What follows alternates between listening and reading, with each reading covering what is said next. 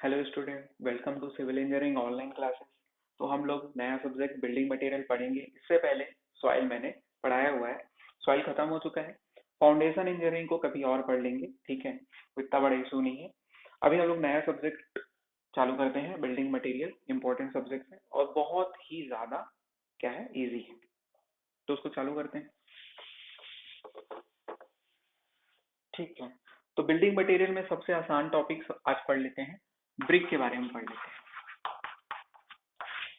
ठीक है। तो ब्रिक के बारे में सब कोई जान रहे हैं, ब्रिक का शेप कौन सा होता है। ब्रिक जो होता है क्यूबॉइड शेप का, ब्रिक जो होता है क्यूबॉइड शेप का होता है। सब जान रहे हैं कि ब्रिक जो होता है क्यूबॉइड शेप का होता है।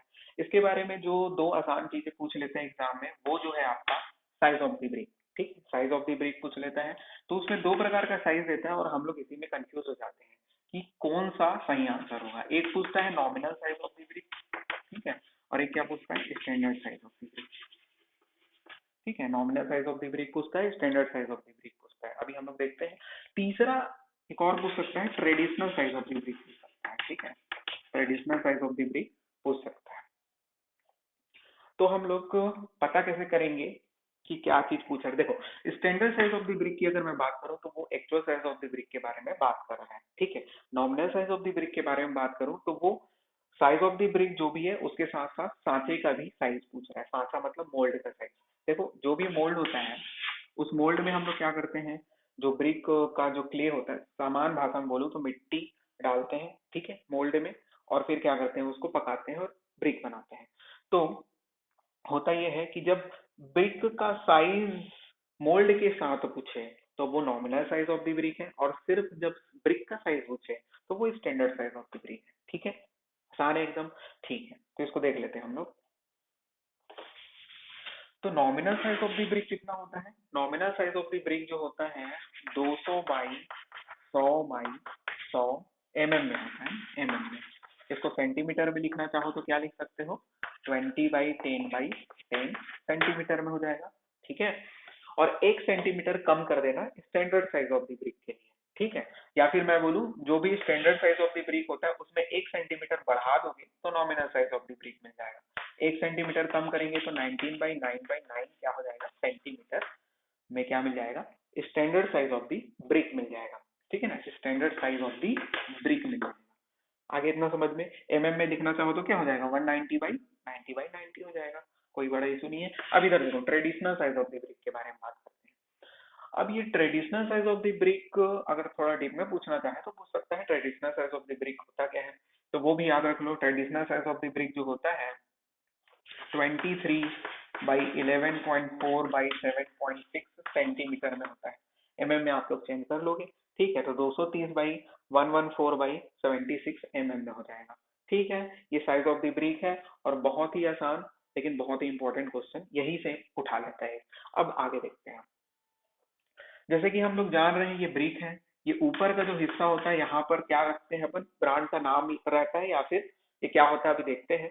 इसको अपन फ्रॉग बोलते हैं, क्या बोलते हैं, फ्रॉग बोलते हैं, मेढक नहीं है, ठीक है। ये जो है आपका ऊपर में जो ब्रिक का जो टॉप का जो गड्ढा टाइप का होता है ना थोड़ा सा, जिसमें ब्रांड का नाम लिखा रहता है, that is called frog, okay. और ये जो होता है स्ट्रेचर होता है, हेडर होता है, वो बाद में पढ़ेंगे। अभी बस ये ब्रिक है, ब्रिक के ऊपर में आपका फ्रॉग होता है, ठीक है। इस फ्रॉग के बारे में बात कर लेते हैं। अच्छा, फ्रॉग के बारे में बात करने से पहले एक चीज और याद रखना कि ये ब्रिक का साइज पता चल गया। ब्रिक का जो वेट होता है ना, वेट लगभग 3 से 3.5 केजी का होता है, ठीक है। 3 से 3.5 केजी का वेट हो जाएगा। आगे बढ़ते हैं, फ्रॉग के बारे में बात करते हैं। ये जो फ्रॉग होता है मेरे भाई, यहाँ पर से 100 बाई 40 क्या होता है, का होता है। 100 बाई 40 का होता है। 100 इसका लेंथ होता है, विड्थ होता है 40 का। सेंटीमीटर में चेंज करना चाहो तो 10 बाई 4 का होता है। आगे देखते हैं, इसका डेप्थ कितना होता है, फ्रॉग का डेप्थ, ठीक है ना। फ्रॉग का जो डेप्थ होता है, या फिर यहाँ पर बाई करके भी लिख सकते हो, या फिर मैं डेप्थ अलग से ही बता दूं, तो डेप्थ जो होता है 1 से 2 सेंटीमीटर का होता है। में लिख रहे हो तो 10 से 20 का क्या होता है, डेप्थ होता है फ्रॉक का, ठीक है। इतना समझ में आ गया, हो गया ना, ठीक है। अगले टॉपिक की ओर बढ़ते हैं हम, जो कि क्या है, कंपोजिशन ऑफ दी ब्रिक है। कंपोजिशन मतलब कि ब्रिक को बनाने के लिए कौन कौन से कंपोजिशन का यूज किया जाता है, ठीक। इसको पढ़ते हैं, इंपॉर्टेंट टॉपिक। बिल्डिंग मटेरियल बहुत इंपॉर्टेंट है। अगर किसी एग्जाम में बिल्डिंग मटेरियल अगर आता है तो बिल्डिंग मटेरियल से अच्छा खासा पोर्शन बनता है, ठीक, एग्जाम में। तो पढ़ते हैं ब्रिक के बारे में, क्या बोल रहा था मैं, कंपोजिशन के बारे में पढ़ते हैं। कंपोजिशन सेकंड टॉपिक हो जाएगा, कंपोजिशन ऑफ ब्रिक, ठीक है। कंपोजिशन ऑफ ब्रिक क्या क्या होता है उसमें मिला होता है, देखो एक ट्रिक है जो कि आप पढ़े ही होगे, इंजीनियरिंग किए होगे, तो सलीम, सलीम, ठीक है, जहांगीर का नाम है सलीम। एक्चुअली में सलीम क्या बोलता था, अकबर बोलता था उसको, ठीक है, निकनेम जहांगीर का। देखो, तो एस फॉर होता है सिलिका, ए फॉर होता है एल्यूमिना, एल फॉर होता है लाइम, आई फॉर होता है आयरन, और एम फॉर हो जाएगा मैग्नीशिया, ठीक है। तो इसी क्रम में हमको याद रखना है, सबसे ज्यादा मात्रा में जो होता है सिलिका होता है, सिलिका या फिर SiO2, एल्यूमिना या फिर Al2O3, लाइम मतलब क्या हो जाएगा, कैल्शियम ऑक्साइड, और आयरन मतलब Fe2O3, और मैग्नीशिया मतलब MgO, मैग्नीशियम ऑक्साइड, ठीक है। हो गया, कंपोजिशन पता चल गया। एक एक करके देख लेते हैं। सबसे पहले एल्यूमिना को देखते हैं, ठीक है, एल्यूमिना को देखते हैं, एल्यूमिना के बारे में बात कर लेते हैं, ठीक है। एल्यूमिना का जो परसेंटेज होता है, परसेंटेज का क्रम भी यही है ना, सबसे ज्यादा परसेंटेज में सिलिका होता है, फिर ये होता है, फिर ये होता है, फिर ये सबसे कम परसेंटेज में पाया जाता है, ठीक है, ब्रिक में, कंपोजिशन में। लेकिन अपन एल्यूमिना को सबसे पहले देख रहे हैं, जो कि होता है आपका 20 से 30% होता है, 20 से 30% पाया जाता है ब्रिक में। एल्यूमिना का काम क्या होता है, प्लास्टिसिटी प्रोवाइड करता है, ठीक है, इम्पार्ट प्लास्टिसिटी, प्लास्टिसिटी क्या करता है, प्रोवाइड करता है। प्लास्टिसिटी पढ़े हैं ना, सॉइल मैकेनिक्स में हम लोग प्लास्टिसिटी पढ़ चुके हैं। अब प्लास्टिसिटी प्रोवाइड करता है तो हम लोग उस ब्रिक को, मतलब ब्रिक को जिस भी शेप में ढालना चाह रहे हैं, वो इसी के कारण, मतलब एल्यूमिना के प्रेजेंस के कारण हम लोग जिस भी शेप में ब्रिक को बनाना चाहे बना सकते हैं आसानी से, ठीक है। तो ठीक है, ये तो पता चल गया कि प्लास्टिसिटी प्रोवाइड करता है। लेकिन कोई भी चीज ज्यादा में क्या होता है, हानिकारक होता है, ठीक है ना, चाहे वो कोई भी चीज। प्रैक्टिकली हम लोग अपने लिए भी कुछ भी चीज का एग्जाम्पल ले सकते हैं, ठीक है। प्रैक्टिकल लाइफ में भी और किसी भी चीज में क्या होता है, कोई भी चीज सीमित मात्रा में ही यूजफुल रहता है, अधिकता में क्या हो जाती है, वो हानिकारक ही होता है। तो एल्यूमिना क्या है, 20 से 30% है, तो वो बहुत ही क्या है, यूजफुल है ब्रिक बनाने के लिए। लेकिन अगर यही ज्यादा मात्रा में हो गया, मतलब इन एक्सेस, एक्सेस में अगर हो गया भाई, तो क्या करता है, एक्सेस में अगर हो जाता है, तो जब ब्रिक को जब हम लोग सुखाते हैं ना, मोल्ड में डालने के बाद, सांचा में डालने के बाद, उसको जब सुखाया जाता है, पकाया जाता है, तो उसमें क्या आता है, क्रेक्स डेवलप हो जाते हैं। ब्रिक में क्या आ जाएंगे, क्रेक्स हो जाएंगे, वार्पिंग डेवलप हो जाएगा, वार्पिंग, क्रेक्स एंड वार्पिंग आ जाएगा। वार्पिंग मतलब टेढ़ा मेढ़ा होना, ठीक है ना, सिकुड़ना, आ रहा है समझ में, मतलब ब्रिक का क्या हो जाना, ऐठन आ जाना, उसमें टेढ़ा मेढ़ा, वार्पिंग आ जाना, ठीक है। और ये क्या हो जाएगा, क्रेक्स डेवलप हो जाना सूखने पे। जैसे कि आप लोग कैसे समझ सकते हैं, जैसे कि काली मिट्टी जानते हो, काली मिट्टी, या फिर उसको क्या बोल सकते हैं, काली कछारी, ब्लैक कॉटन सॉइल, ठीक है। ब्लैक कॉटन सॉइल क्या होता है, जब उसमें पानी पड़ता है तो बहुत कीचड़ हो जाता है, लेकिन उसी ब्लैक कॉटन सॉइल में जब सूर्य की रोशनी में वो क्या हो जाता है, वो सूख जाता है। तो सूखने के कारण क्या हो जाते हैं, उस ब्लैक कॉटन सॉइल में दरार पड़ जाते हैं, क्योंकि ब्लैक कॉटन सॉइल बहुत बहुत हाईली प्लास्टिक है, ठीक है। वो सूखता है तो वो क्या हो जाता है, उसमें श्रिंकेज के कारण वार्पिंग और क्रैकिंग आ जाते हैं। तो वही चीज एल्यूमिना के ज्यादा प्रेजेंस के कारण होता है, ठीक है। एक्सेस में क्रैक्स एंड वार्पिंग डेवलप हो जाएंगे ब्रिक में। इतना समझ में आ गया। तो अब दूसरा पढ़ते हैं, एल्यूमिना के बाद, एल्यूमिना के बाद अब आते हैं SiO2, या फिर मैं बोल लूँ सिलिका। सिलिका का जो परसेंटेज होता है, सबसे ज्यादा मात्रा में यही प्रेजेंट होता है, जैसे मैं बताया 50 से 60%, ठीक है। 50 से 60% क्या होता है, सिलिका प्रेजेंट होता है, 50 से 60% सिलिका प्रेजेंट होता है। अब सिलिका का काम क्या होता है, देखो, श्रिंकेज से बचाता है, ठीक है, प्रिवेंट श्रिंकेज, श्रिंकेज से बचाता है, और क्रेकिंग से बचाता है, ठीक है ना। क्रेक्स से क्या करता है, प्रिवेंट करता है, मतलब कि प्रिवेंट क्रेक्स एंड श्रिंकेज, ठीक है। इससे बचाता है। उसके अलावा क्या प्रोवाइड करता है? प्रोवाइड कोहेजन, प्रोवाइड कोहेसिवनेस, ऐसा बोल सकते हो, कोहेसिवनेस या फिर प्रोवाइड कोहेजन। ठीक है, कोहेजन प्रोवाइड करता है। मतलब कि आम भाषा में बोला जाए तो एल्यूमिना क्या प्रोवाइड कर रहा था? प्लास्टिसिटी, जिसके कारण अपन ब्रिक को किसी भी शेप में आसानी से ढाल सकते थे। लेकिन अब उस शेप को बनाए रखने का काम किसका होता है? सिलिका। ठीक है ना, शेप को बनाए रखना, ठीक है, वो किसका काम है? सिलिका। तो एक पॉइंट लिख सकते हो, इट प्रोवाइड शेप, ठीक है ना, प्रोवाइड कोहेसिवनेस या फिर ऑब्लिक में शेप। शेप क्या करता है? प्रोवाइड, शेप को बनाए रखता है। कीप, जो भी अपने भाषा में लिखना चाहो लिख सकते हो, ये शेप को बनाए रखने का काम करता है। ठीक है, सिलिका शेप को बनाए रखने का काम करता है, लेकिन यही एक्सेस में हो जाए, ठीक है ना, यही एक्सेस में अगर हो जाता है तो क्या हो जाएगा? जस्ट उल्टा हो जाएगा, मतलब कि शेप को बिगाड़ देगा। ठीक है ना, शेप को क्या कर देगा? डिस्ट्रॉय कर देगा। या फिर टेक्निकली लैंग्वेज में बोले तो लॉस ऑफ कोहेजन, क्या हो जाएगा आपका? लॉस ऑफ कोहेसिवनेस प्रोवाइड कर रहा था, तो क्या हो जाएगा? लॉस ऑफ कोहेजन हो जाएगा। या फिर आम भाषा में लिखना चाहो तो डिस्ट्रॉयड द शेप, शेप को क्या कर देगा? डिस्ट्रॉय कर देगा। आ गया समझ में? लिख लेना, destroying the shape of the break. तो यहाँ पर से सिलिका के बारे में भी हम क्या कर लिए? पढ़ लिए बढ़िया से। आगे हम लोग पढ़ते हैं सिलिका के बाद फिर नेक्स्ट आता है आपका कैल्शियम ऑक्साइड, है ना, मतलब कि लाइम। लाइम का जो परसेंट होता है अप टू क्या बोल सकते हैं अपन? 5% बोल सकते हैं, या फिर should not be greater than 5%, up to 5%, या फिर should not be greater than 5%। क्या चीज? लाइम। लाइम का काम क्या होता है? फ्यूजन प्रोवाइड करता है, fusion between the ingredient, ingredient. इसका मतलब क्या हुआ? फ्यूजन प्रोवाइड करना, फ्यूजन बिटवीन द इंग्रेडिएंट्स, मतलब कि जो भी इंग्रेडिएंट्स, यही तो इंग्रेडिएंट्स है ना ब्रेक बनाने के लिए, यही सब इंग्रेडिएंट्स है। इन इंग्रेडिएंट्स को एक दूसरे के साथ फ्यूज करता है, बांधने का काम करता है। वो कैसे? जब हम लोग ब्रिक को पकाते हैं ना, पकाते हैं मतलब हाई टेम्परेचर देते हैं, तो क्या हो जाते हैं ये लोग? अपने मेल्टिंग पॉइंट से ज्यादा पकने के कारण पिघल जाएंगे, और पिघलने के कारण एक दूसरे से फ्यूज होंगे। किसके प्रेजेंस में? लाइम के प्रेजेंस में।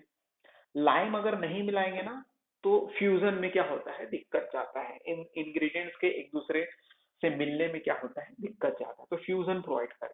ठीक है, अब ये फिर क्या हो जाए? लाइम अगर एक्सेस में हो जाए तो क्या हो?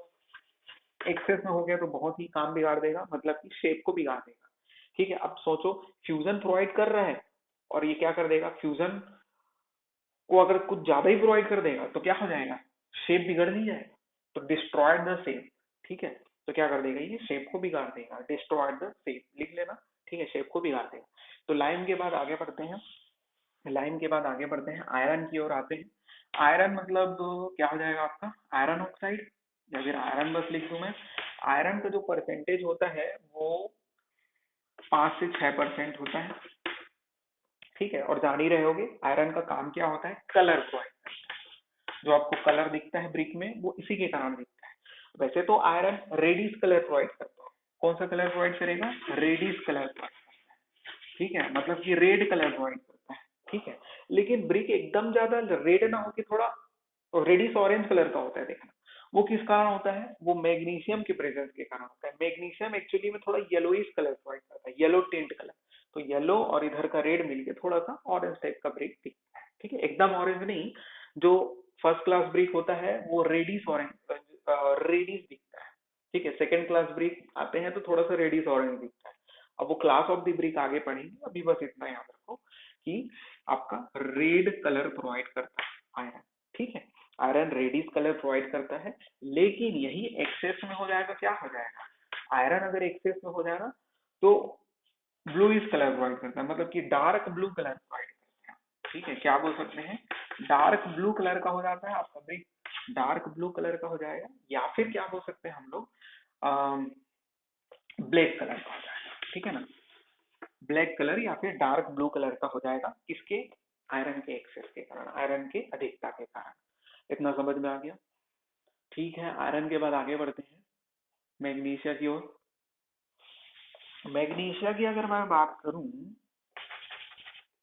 मैग्नीशिया, तो मैग्नीशिया आपका 1% होगा ब्रिक में। ठीक है, 1% से ज्यादा नहीं होना चाहिए। 1% है।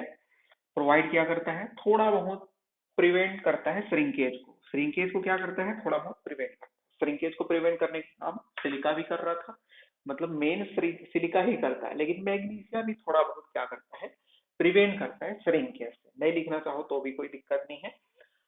तो इसके कारण थोड़ा सा येलो टिंट कलर आता है, येलो टिंट कलर। ठीक है ना, इसमें ब्रिक में येलोइश कलर आता है, येलो टिंट कलर आता है मैग्नीशिया के कारण। ठीक है, बस यही है। मैग्नीशिया के बारे में इतना ही याद रखना कि 1% क्या होना चाहिए, मैग्नीशिया होना चाहिए। एक्सेस में अगर हो गया तो क्या कर देगा, ये भी वही शेप को बिगाड़ देता है, सॉफ्ट हो जाएगा ब्रिक। ठीक है ना, उतना इंपॉर्टेंट नहीं है। डीके हो जाएगा शेप का, DK of brick.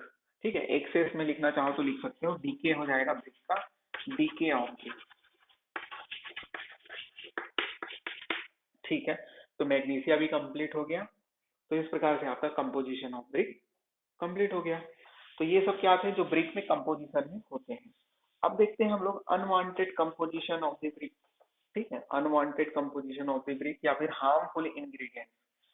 Next topic क्या हो जाएगा आपका, harmful ingredients, ingredients of brick. तो हार्मफुल इंग्रेडिएंट्स वो सभी हो जाएंगे जो एक्सेस में है।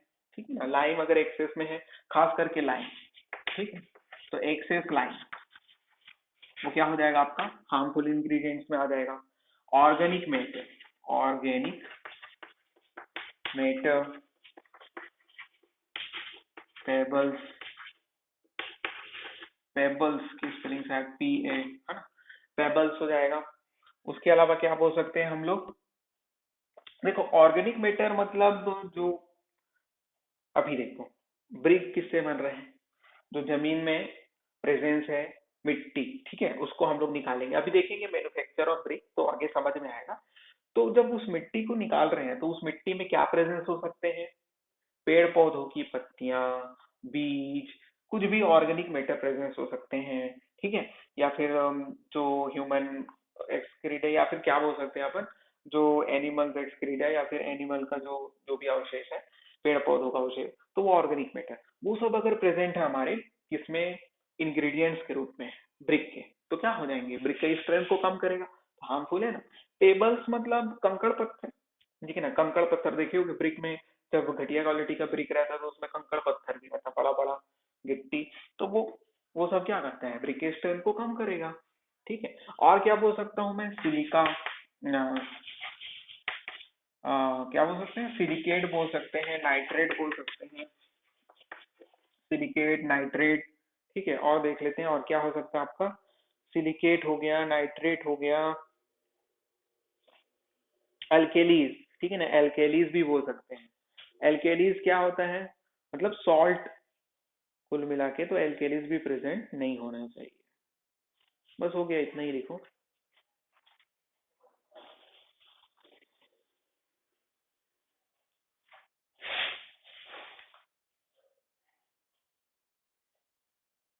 ठीक है, तो सिलिकेट हो गया, नाइट्रेट हो गया, ये सिलिकेट मत लिखना है यार, सिलिकेट लिखा दिया हो गया, सल्फेट है ये। सिलिकेट की जगह में क्या कर लेना, सल्फेट कर लेना।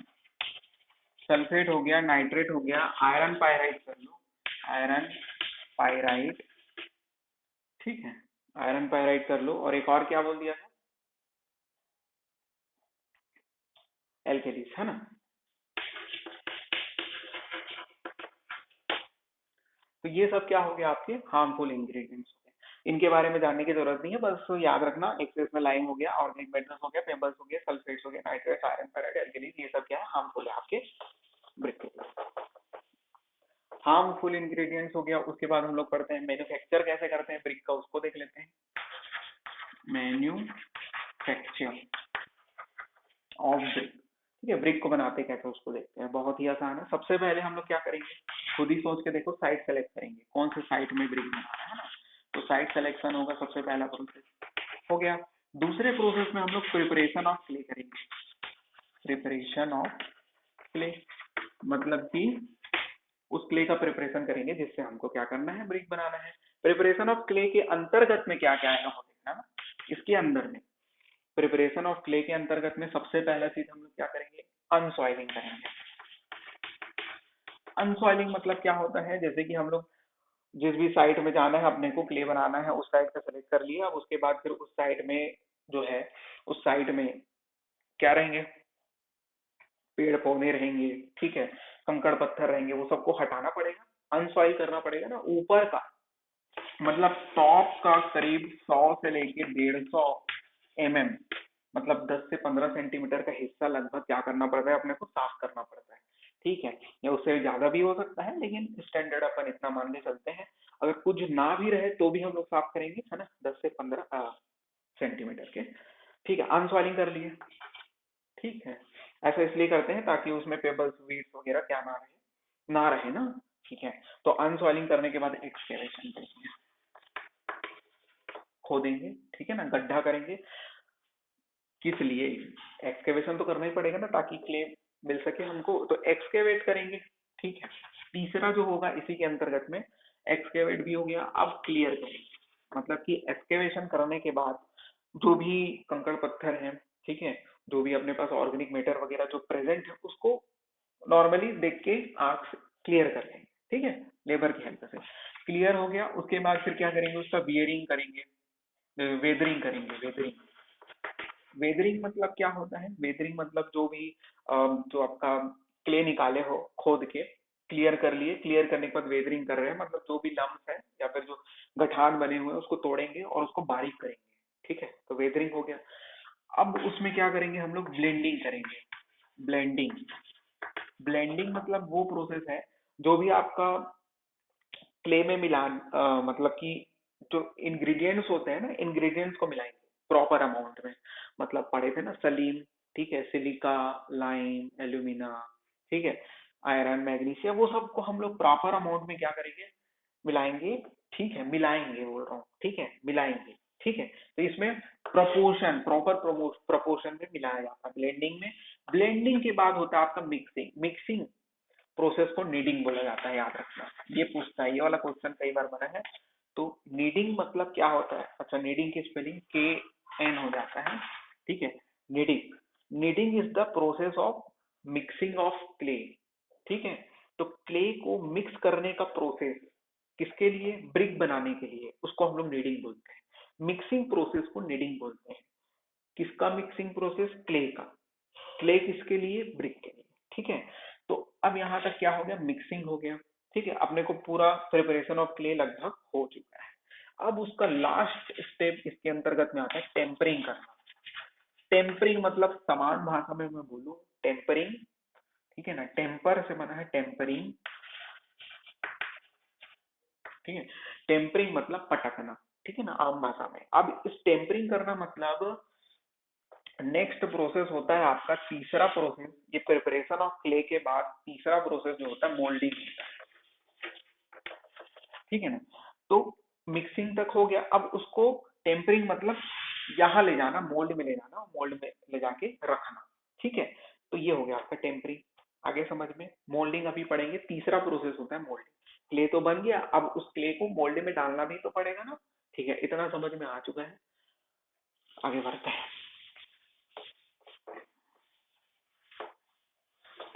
ठीक है। तो तीसरा मैं क्या बोल रहा हूँ, मोल्डिंग। मोल्डिंग में क्या करते हैं, मोल्डिंग में क्या करते हैं, मोल्ड होता है हमारे पास, ठीक है। मोल्ड का साइज भी पता है, nominal size of the brick. तो वो मोल्ड के साथ जो साइज ऑफ ब्रिक होता है वही होता है ना, ठीक है। अब ये जो मोल्डिंग होता है ये भी दो प्रकार का होता है, एक हैंड मोल्डिंग होता है और एक मशीन मोल्डिंग होता है, ठीक है। हैंड मोल्डिंग भी दो प्रकार से होता है, एक टेबल मोल्डिंग होता है और एक ग्राउंड मोल्डिंग होता है। ग्राउंड और एक टेबल। देखो, इन सभी मोल्डिंग में सबसे अच्छा टेबल मोल्डिंग को माना जाता है, और टेबल मोल्डिंग किसके अंतर्गत आता है? हैंड मोल्डिंग के अंतर्गत। तो आपको ऐसा क्वेश्चन पूछ सकता है जो फर्स्ट क्लास ब्रिक, ठीक है ना, फर्स्ट क्लास ब्रिक होता है, फर्स्ट क्लास ब्रिक आगे पढ़ेंगे तो फर्स्ट क्लास ब्रिक जो होता है टेबल मोल्डिंग से बनता है, ठीक है ना। मोल्डिंग में कौन सा? हैंड, हैंड में कौन सा? टेबल मोल्डिंग से आपका फर्स्ट क्लास ब्रिक बनता है, इस चीज को याद रखना, ठीक है। मोल्डिंग में बस इतना ही, कुछ बताने लायक है नहीं, बस मोल्ड में क्या करना, जो क्ले है उसको डालना। अब मोल्डिंग हो गया, उसके बाद फिर फोर्थ स्टेप आता है ड्राइंग, फिर आता है बर्निंग,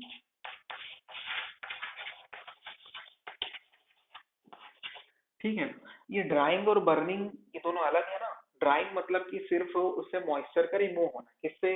जो ब्रिक बना रहे हैं, मतलब जो क्ले है, ब्रिक बनाने के लिए जो क्ले का यूज किया गया है उस क्ले से मॉइस्चर का रिमूव होना, दैट इज ड्राइंग। ड्राइंग भी दो प्रकार से हो सकता है, एक नेचुरल ड्राइंग हो सकता है, नेचुरल, और एक क्या होता है? आर्टिफिशियल, आर्टिफिशियल ड्राइंग होता है, ठीक है ना। नेचुरल ड्राइंग की अगर मैं बात करूँ तो नेचुरल ड्राइंग सन के प्रेजेंस में होगा आपका, सूर्य की रोशनी से क्या हो जाता है, जो ड्राइंग होता है वो, that is natural drying. Artificial drying जो होता है ये दो प्रकार का होता है, एक हॉट फ्लोर होता है, एक हॉट टनल होता है, ठीक है। हॉट फ्लोर और एक क्या बोल सकते हैं हम लोग, हॉट टनल बोल सकते हैं, हॉट टनल। तो इसमें भी ज्यादा याद रखने की जरूरत नहीं है, बस ड्राइंग प्रोसेस में फर्स्ट क्लास ब्रिक जो होता है हॉट टनल से मिलता है, ठीक है ना। हॉट टनल जो होता है, मतलब इन दोनों में अगर बोला जाए नेचुरल और आर्टिफिशियल में कौन सा ड्राइंग प्रोसेस अच्छा है, तो artificial drying process is the good drawing process. और आर्टिफिशियल में कौन सा अच्छा है, तो हॉट टनल अच्छा है, क्योंकि हॉट टनल से ही हमको क्या मिलता है? क्लास फर्स्ट, ठीक है, ब्रिक मिलता है, क्लास वन ब्रिक मिलता है, हो गया। अब आते हैं बर्निंग में। बर्निंग में आप क्या करते हैं, इसमें सुखाए हैं मतलब कि मॉइस्चर रिमूव हुआ, इसमें बर्न करेंगे। बर्न करना मतलब पकाना, ठीक है, पकाएंगे। बर्न बेसिकली जो होता है भट्टी में होता है, ठीक है। बर्न किस में होता है? भट्टी में होता है। बर्न भी दो प्रकार से हो सकता है। सबसे पहले तो बर्निंग में इतना याद रखना, 1200 लगभग 900 से लेके 1200 डिग्री सेल्सियस में क्या किया जाता है? ब्रिक को पकाया जाता है, ठीक है। बर्निंग दो प्रकार से होता है बोला मैं, एक होता है क्लैंप में और एक होता है किन में, ठीक है।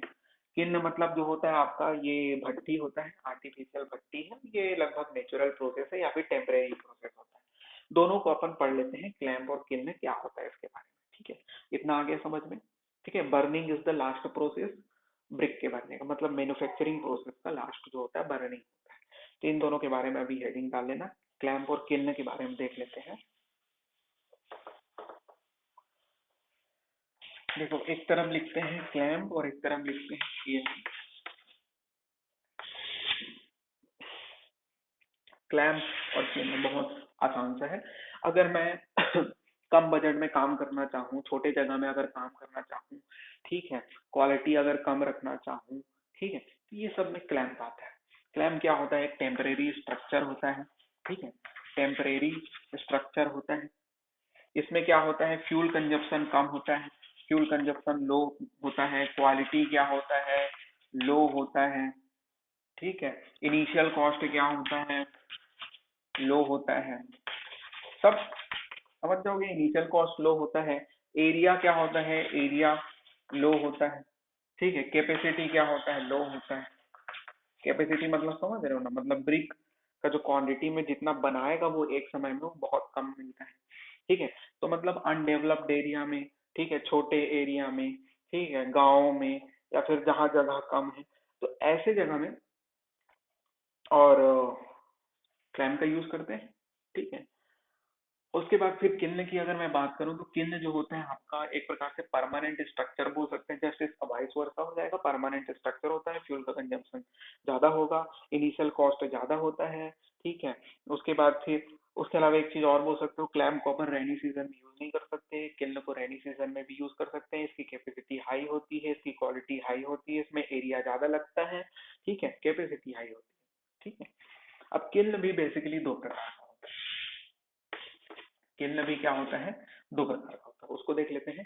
एक जो होता है आपके पास हॉफमैन किल्न होता है, और एक जो होता है बुल ट्रेंच किल्न होता है। बुल ट्रेंच, ठीक है, बुल ट्रेंच किल्न होता है, हॉफमैन किल्न होता है। इसमें भी वैसी है। इन दोनों में अगर देखा जाए तो हॉफमैन किल्न क्या होता है? ज्यादा अच्छा होता है, तो हॉफमैन किल्न की जो कैपेसिटी होती है, ठीक है, इसकी 40 लाख कैपेसिटी होती है। एक समय में ये 40 लाख ईंट बना देता है। तो ये जो होता है 3 से 4 लाख, 3 से 4 लाख ईंट ही बना सकता है ना। इसकी कैपेसिटी 40 लाख, तो इसकी कैपेसिटी 3 से 4 लाख होता है। ठीक है, दोनों ही परमानेंट स्ट्रक्चर होते हैं, लेकिन रेनी सीजन में हॉफमैन किल्न का यूज किया जा सकता है, बोल्ट रेंज किल्न का रेनी सीजन में यूज नहीं किया जा सकता। ठीक है ना, बरसात में इसका यूज किया जा सकता है, नॉट इन रेनी सीजन। ठीक है, रेनी सीजन में इसका यूज नहीं किया जा सकता। आगे समझ में। उसके अलावा फ्यूल कंजप्शन इसमें कम होता है, याद रखना। फ्यूल कंजप्शन क्या होता है, इसमें कम होता है, जबकि इसमें ज्यादा होता है। क्वालिटी की बात करें तो क्वालिटी दोनों में लगभग समान ही है। ठीक है, और इनिशियल कॉस्ट जो होता है इसका हाई होता है। ठीक है, इसका इनिशियल कॉस्ट क्या होता है, इनिशियल कॉस्ट हाई होता है और इसका कम होता है। ये सब उतना इम्पोर्टेंट नहीं है, बस नाम याद रखो, Hoffmann kiln, bull's trench kiln, दोनों में अच्छा कौन है, हॉफमैन किल्न, इतना काफी है। ठीक है, एरिया की बात करें तो एरिया भी छोड़ दो, बस यार इतना याद रखना। और है कई सारे, लेकिन कोई मतलब का नहीं है। ठीक है, चलो। तो सबसे इम्पोर्टेंट तो यही था कि अपन जो पका रहे हैं या फिर बर्निंग प्रोसेस कर रहे हैं वो क्लैम्प से करते हैं और किल्न से करते हैं। ठीक, दूसरे बार में याद रखना, दोनों में अच्छा कौन है, किल्न है। क्लैंप एक प्रकार का टेम्परेरी स्ट्रक्चर है, ये परमानेंट स्ट्रक्चर है। इतना भी याद रखते हो तो चल जाएगा। उसके बाद ये अपनी शक्ति के हिसाब से पढ़ सकते हो। ठीक है, और इसके बाद क्या बच गया आपका, मैन्युफैक्चरिंग प्रोसेस भी हो गया, टेस्ट हो, टेस्ट पढ़ते हैं ना, टेस्ट ऑन ब्रिक। अब ये टेस्ट ऑन ब्रिक का मतलब ये है कि ब्रिक अच्छे क्वालिटी का है कि नहीं, ये कैसे पता करोगे, टेस्ट करके पता करोगे। ठीक है ना, इंजीनियर टेस्ट करेगा और बताएगा कि वो ब्रिक जो है अच्छे क्वालिटी का है कि नहीं। तो टेस्ट कौन कौन सा टेस्ट कर सकते हैं अपन, सबसे पहले अगर देखें तो एब्जॉर्प्शन टेस्ट कर सकते हैं। एब्जॉर्प्शन टेस्ट सबसे इजी टेस्ट है। इसमें क्या करते हैं हम लोग, ब्रिक को 24 आवर के लिए पानी में डुबा देते हैं। ठीक है ना, पानी में डुबाते हैं। अब उसके बाद फिर डुबाने के बाद 24 घंटे के बाद निकालते हैं। ठीक है, और उसके बाद फिर उसका क्या करते हैं, वेट करते हैं। ठीक है, तो और उसके बाद परसेंटेज निकालते हैं। तो 20% से ज्यादा एब्जॉर्प्शन नहीं होना चाहिए पानी का। नहीं समझ में आया, एक्चुअली में क्या किए इस टेस्ट में, कुछ नहीं है। पहले जो ड्राई ब्रिक था उसका वेट ले लिए हैं।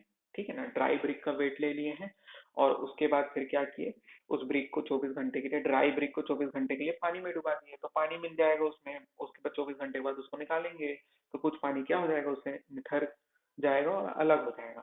अब जो ब्रिक बचा है उसका वेट करेंगे।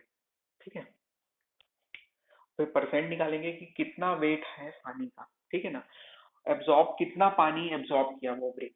तो अगर 20% पानी को एब्जॉर्ब किया रहेगा ब्रिक, तो वो कहलाएगा फर्स्ट क्लास ब्रिक। यहाँ पर देख लेना, क्लास 1 ब्रिक। ठीक है, फर्स्ट क्लास ब्रिक 20% से ज्यादा पानी एब्जॉर्ब नहीं करना चाहिए। अगर मैं सेकेंड क्लास ब्रिक की बात करूँ तो वो जो है आपका 22.5 या फिर 22% से ज्यादा पानी एब्जॉर्ब नहीं करना चाहिए। अगर मैं थर्ड क्लास ब्रिक की बात करूँ तो should not be greater then 24 से 25%। ठीक है ना, तो should not be greater then 24 to 25% of the dry weight of the brick. तो जो भी ब्रिक का वेट है उससे 25% से ज्यादा पानी एब्जॉर्ब नहीं करना चाहिए थर्ड क्लास ब्रिक के लिए। ठीक है, ये याद रखना। तो एब्जॉर्प्शन टेस्ट एकदम आसान सा था। एब्जॉर्प्शन टेस्ट के बाद फिर देखते हैं हम और कौन कौन सा, बहुत सारा टेस्ट है। हार्डनेस टेस्ट है।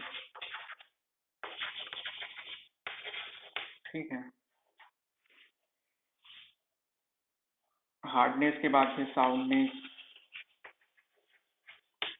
फिर उसके बाद फिर salt, salt presence of salt, या फिर सॉल्ट प्रेजेंस, कैसे लिखें इसको, प्रेजेंट ऑफ सॉल्ट टेस्ट, या फिर इसको एफ्लोरेसेंस टेस्ट भी बोल सकते हैं। ठीक है, अभी इसके बारे में बता रहा हूँ। ठीक है, प्रेजेंस और कौन सा टेस्ट हो सकता है अपने पास? वार्पिंग टेस्ट होता है, वार्पिंग टेस्ट हो गया, क्रशिंग स्ट्रेंथ टेस्ट होता है, या फिर कंप्रेसिव स्ट्रेंथ टेस्ट बोल सकते हैं उसको, compressive strength test, compressive strength test हो गया। और एक क्या होता है टेरेस्ट्रियल, क्या बोलते हैं उसको? उसको बोलते हैं टॉलरेंस टेस्ट, ठीक है ना, टॉलरेंस। क्या चीज को टॉलरेंस करते हैं देखते हैं अभी। टॉलरेंस टेस्ट होता है, देखो अब एक एक करके देखते जाते हैं जल्दी जल्दी, टाइम भी नहीं है।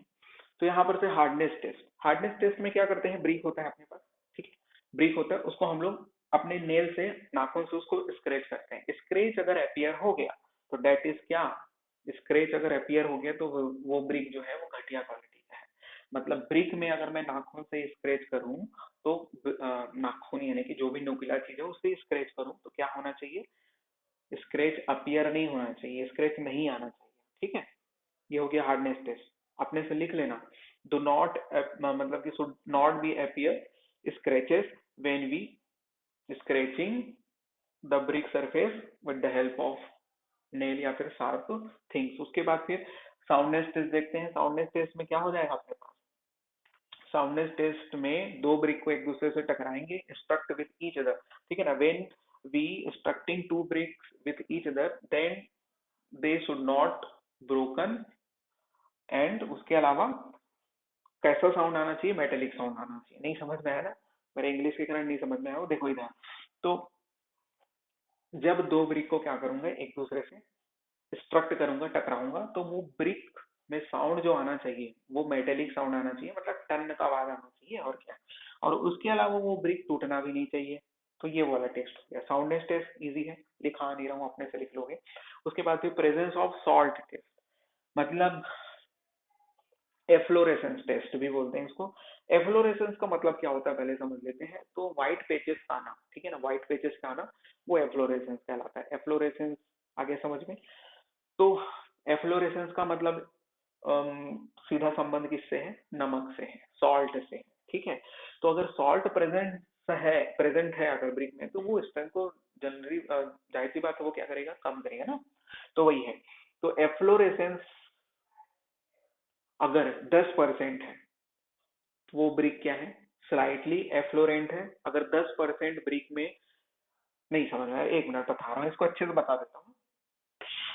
क्या करते हैं, सबसे पहले ब्रिक को 24 घंटे के लिए क्या करते हैं, वाटर में डीप करते हैं, ठीक है ना, deep in water, deep in water, ठीक है ना। वाटर में क्या करते हैं, डीप करके रखते हैं, और उसके बाद फिर उसको निकालते हैं, पानी से निकाल दिया, और उसके बाद उसको क्या करते हैं, सूखने छोड़ देते हैं, ठीक है ना, सूखने के लिए छोड़ देते हैं।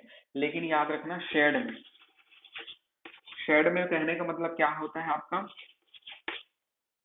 शेड में कहने का मतलब ये है कि डायरेक्ट सन में नहीं सुखाते उसको, उसको छांव में सुखाते हैं, ठीक है ना, छांव में सुखाते हैं, क्योंकि उससे तभी ना सॉल्ट अपीयर होगा, इसलिए, ठीक है। तो उसको छांव में सुखाया जाता है। छांव में सूख जाने के बाद फिर उसके सरफेस को देखते हैं, ब्रिक का जो सरफेस है, सिक्स, जो उसमें क्या है, जो भी उसके फलक है ना, तो उसके जो सरफेस है उसमें हम लोग क्या देखेंगे, अगर सॉल्ट जितना भी अपीयर है, ठीक है, वो 10% है। अगर ब्रिक के सरफेस में सिर्फ 10% सॉल्ट है, उसको मैं क्या बोलूंगा, स्लाइटली एफ्लोरेंट बोलूंगा।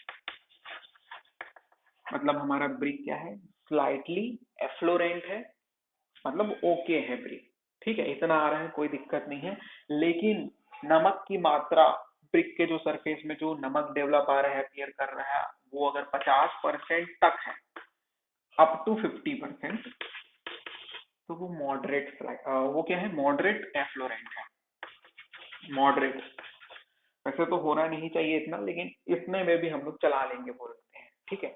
लेकिन अगर 50% से ज्यादा है, ठीक है ना, अगर ग्रेटर देन 50% सॉल्ट अपीयर हो रहा है ब्रिक में, तो फिर वो ब्रिक में कुछ ना कुछ कमी है, उसकी स्ट्रेंथ बहुत कम है, ठीक है, उनके इंग्रेडिएंट्स में कहीं ना कहीं लोचा है, घपला है ना।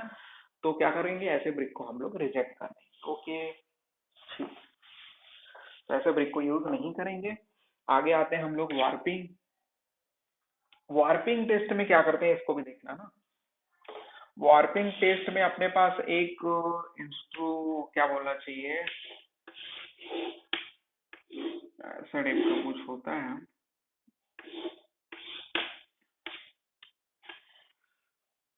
प्रिज्म टाइप का दिख रहा होगा थोड़ा। यहाँ पर ये फ्लैट सरफेस है, ठीक है, त्रिभुजाकार ये एक अपने पास इंस्ट्रूमेंट है। इसमें क्या करते हैं हम लोग, ब्रिक को रखते हैं, ठीक है, ब्रिक का जो फ्लैट सरफेस है वो लेंथ उसको यहाँ पर रखते हैं, ठीक है। इसको मैं 2D बना लूँ, 3D दिख गया ना, अब ये क्या हो गया, 2D हो गया। तो अब इस इंस्ट्रूमेंट में अपने ब्रिक को क्या कर दिया, ऐसा रख दिया, बढ़िया से फ्लैट अगर रखा गया इस त्रिभुजाकार क्या बोला चाहिए सरफेस में, बढ़िया से फ्लैट रखा गया, मतलब वो क्या है, उसमें किसी भी प्रकार का वार्पिंग नहीं है, ठीक है ना, ब्रिक में वार्पलेस है या फिर वार्पिंग नहीं है। लेकिन वहीं अगर ब्रिक, ठीक है, इस सरफेस में ऐसा रखा रहा है, ठीक है ना, ब्रिक कुछ ऐसा रखा रहा है, मतलब उसमें कहीं ना कहीं वार्पिंग है, ठीक है ना। आपका ब्रिक जो है या तो ज्यादा पक गया है या फिर किसी कारण से वार्पिंग, किसके कारण आता था बोल रहा था मैं, एल्यूमिना की मात्रा अगर ज्यादा होगी तो उसमें वार्पिंग आ जाता है। तो वार्प्ड है मतलब थोड़ा सा टेढ़ा मेढ़ा होने के कारण इसमें कॉन्वेक्स वार्पिंग आ गया है। क्या बोल रहा हूँ मैं, कॉन्वेक्स वार्पिंग। आ गया समझ में, ये समझाने के लिए है बस। वार्पिंग जो हो गया, कॉन्वेक्स वार्पिंग आ गया है। और वहीं अगर ब्रिक आपका इस सरफेस में ऐसा रखा है तो वो कैसा वार्पिंग हो जाएगा, कॉनकेव वार्पिंग हो जाएगा, ठीक है। कॉन्वेक्स कॉनकेव तो जान ही रहे होंगे। तो वार्पिंग समझ में आ गया। वार्पिंग अगर डेवलप होगा ब्रिक में तो ऐसा कुछ फ्लैट सरफेस में फ्लैट ना रखा के ऐसा कुछ आ जाता है, हैप्पियर होगा, ठीक है। अब आगे बढ़ते हैं, compressive strength test. Compressive strength, तो देखो स्ट्रेंथ ब्रिक का मेरे को पता करना है, ध्यान से समझना, लिखा नहीं रहा हूं क्योंकि बोलने से समझ में आ जा रहा है आपको, और उसको लिख लेना अपने वर्ड में। देखो कंप्रेसिव स्ट्रेंथ ब्रिक की अगर पता करना है तो एक ब्रिक लूंगा मैं जिसकी स्ट्रेंथ मेरे को पता करना है। उस ब्रिक के फ्रॉग में, ऊपर में फ्रॉग है, ठीक है, ऊपर में मैं मोटार भरूंगा, मसाला भरूंगा, ठीक है ना, बस एक ब्रिक में मसाला भर दूंगा। ये जो मसाला जो होगा आपका 1:3 का होगा। 1:3 मतलब समझ ही रहे होगे ना, एक सीमेंट और 3 क्या है, 1:3 का मोटार में क्या कर दिया, उसमें भर दिया। अब मैं क्या करूंगा, उसको जूट बैग से लपेट दूंगा, ठीक है ना, बोरी से जूट से क्या कर दिया, लपेट दिया, और उसको 3 दिन के लिए छोड़ दिया, ठीक है। 3 दिन के लिए छोड़ दिया, ध्यान से समझना, ठीक है। 3 दिन के लिए छोड़ दिया।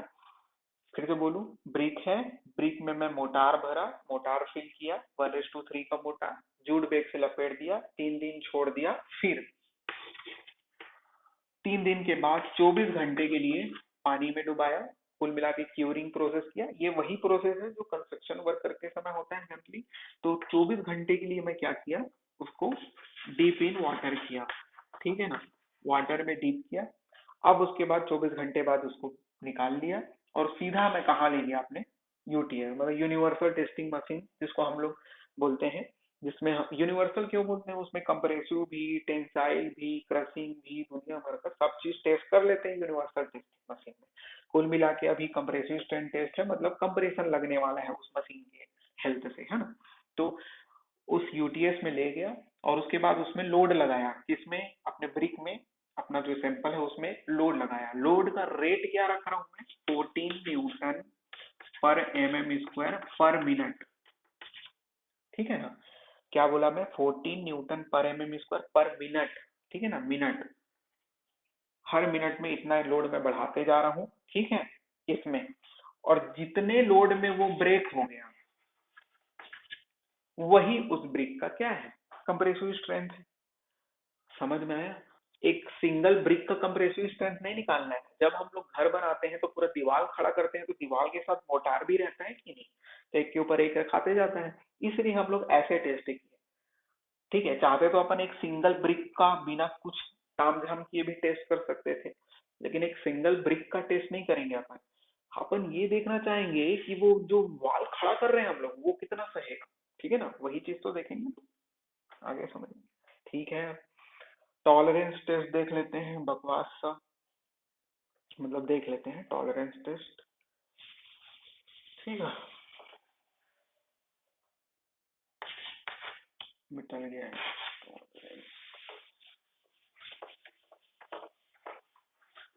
देखो टॉलरेंस टेस्ट में करते क्या है, 20 ब्रिक लेते हैं। कितना? 20 ब्रिक लेते हैं। ठीक, उतना इंपॉर्टेंट नहीं है। 20 ब्रिक लेंगे, length wise, width wise, height wise जमा देंगे। ठीक है ना। ये लेंथ वाइज 20 ब्रिक जमा दिया। ठीक है, इसके ऊपर में 20 ब्रिक हो गया।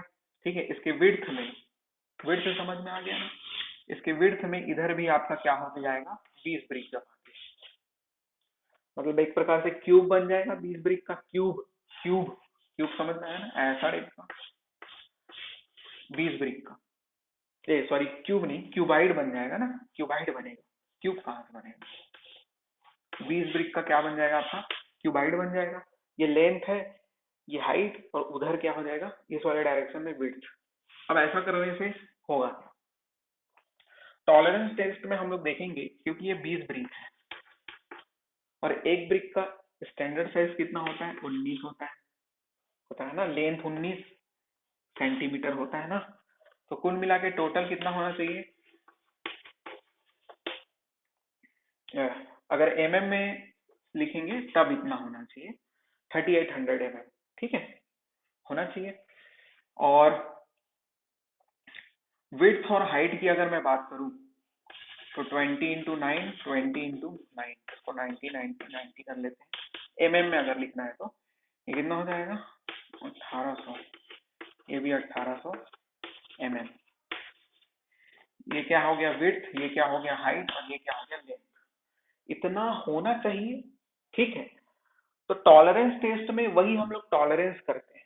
ठीक है, हम लोग ये बोलते हैं कि चलो इतना नहीं है तो कम से कम ±80 mm का हम लोग टॉलरेंस दे देते हैं।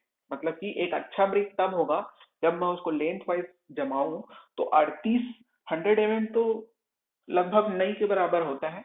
लेकिन अगर नई भी है तो ±80 mm है तो भी हम लोग क्या करते हैं, वो ब्रिक अच्छा है मानते हैं। ठीक है, आगे समझ में, डायमेंशन टेस्ट है कुल मिला के ब्रिक का।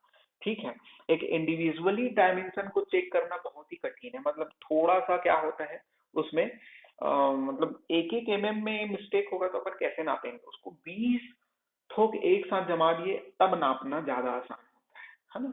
तो ±80 mm का टॉलरेंस इसके लिए, विड्थ के लिए 40 mm प्लस माइनस, और हाइट के लिए 40। खत्म। तो ये है आपका टॉलरेंस टेस्ट। और कोई सा टेस्ट बचा है थोड़ी ना देख लेता हूँ।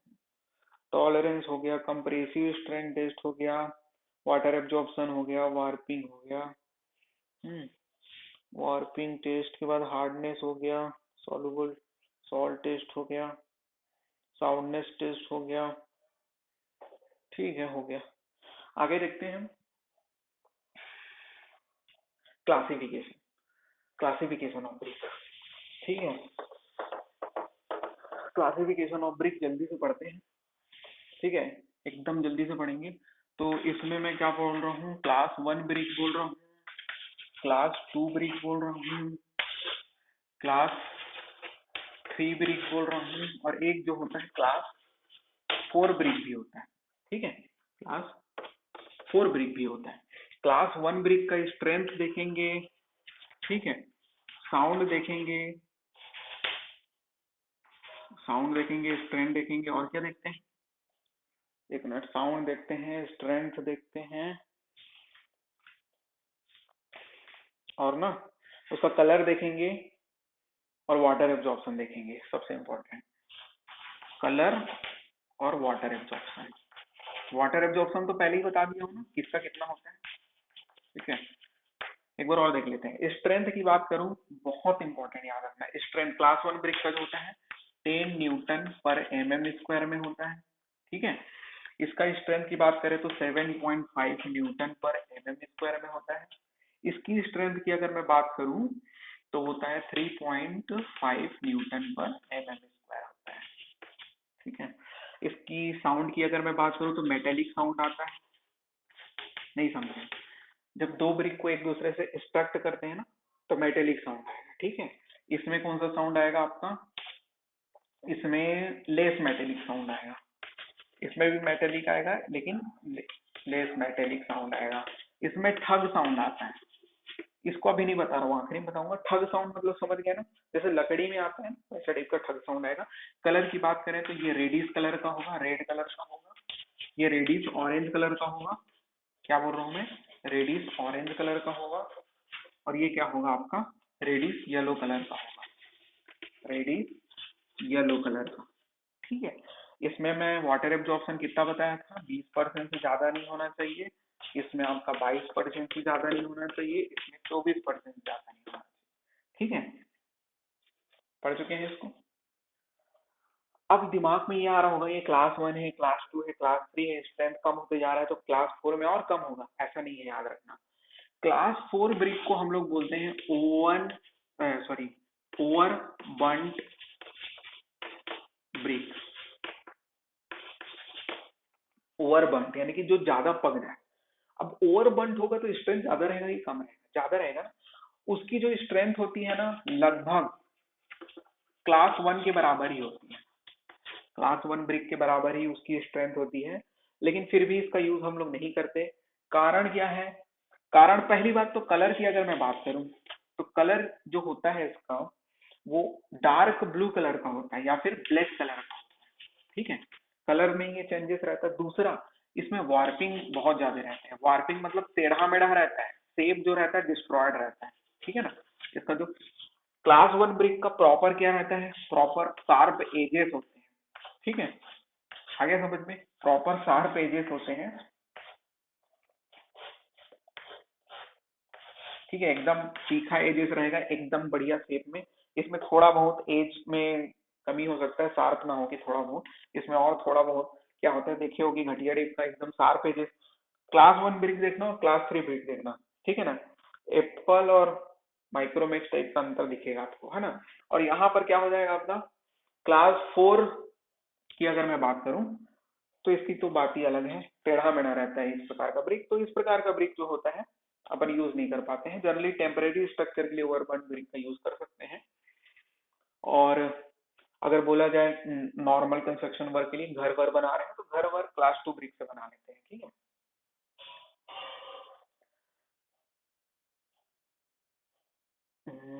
वैसे ओवरबर्न ब्रिक का ना जनरली अपन भट्टी वगैरह, ठीक है, भट्टी फैक्ट्रीज वगैरह बनाने में ओवरबर्न ब्रिक का यूज करते हैं, जहां पर समझ गए ना, ओवरबर्न ब्रिक।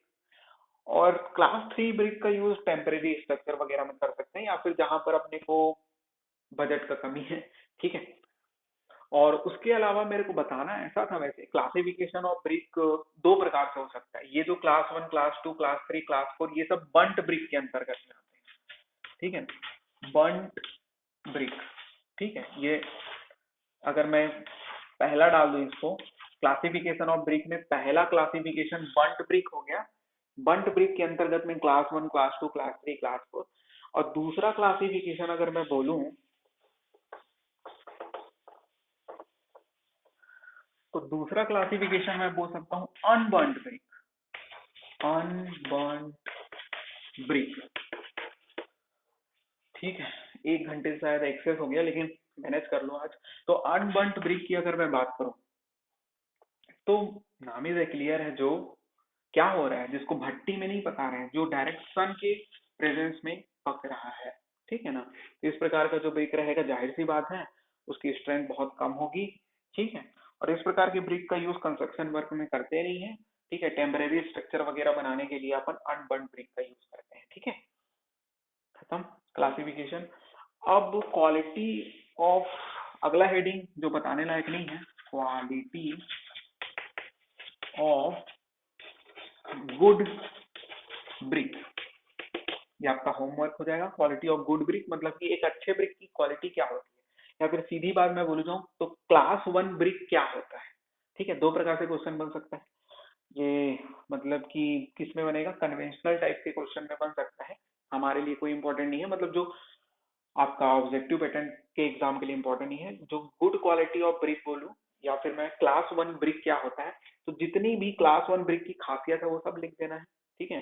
क्लास वन ब्रिक में एब्जॉर्प्शन 20% से ज्यादा नहीं होना चाहिए। क्लास वन ब्रिक में हार्डनेस, जितने भी टेस्ट में बताया सब टेस्ट को पास करना चाहिए, उसको एक्सप्लेन कर देना। हार्डनेस टेस्ट में जब स्क्रेच करूं तो स्क्रेच अपीयर नहीं होना चाहिए, ठीक है। और उसके बाद फिर एफ्लोरेसेंस टेस्ट में क्या होता है, 24 घंटे पानी में डुबा के रखा, निकाला, तो उसके बाद फिर जो व्हाइट पेजेस हैं वो 10% ज्यादा नहीं होना चाहिए, ठीक है। तो ये सब चीज जो भी टेस्ट है वो सब ये एप्लीकेबल होगा, सबको पास करेगा। क्लासिफिकेशन में हम लोग पढ़े ही थे क्लास वन ब्रिक में, उसका वाटर एब्जॉर्प्शन पढ़े थे, उसका स्ट्रेंथ पढ़े थे, ठीक है। कंप्रेसिव स्ट्रेंथ टेस्ट में ये कितना स्ट्रेंथ प्रोवाइड करता है, तो कितना 10 N/mm² इसका स्ट्रेंथ आता है, ठीक है। तो ये सब गुड क्वालिटी ऑफ ब्रिक होगी, अपने से लिख सकते हो। उसके बाद फिर स्पेशल टाइप्स ऑफ ब्रिक बच रहा है और डिफेक्ट्स इन ब्रिक बच रहा है, ठीक है। तो देख लेते हैं जल्दी से स्पेशल टाइप ऑफ ब्रिक, या फिर एक काम करते हैं कल ही करते हैं। तो आज के लिए इतना ही, ठीक है। तो होप समझ में आ रहा होगा और कल मिलते हैं। Thank you.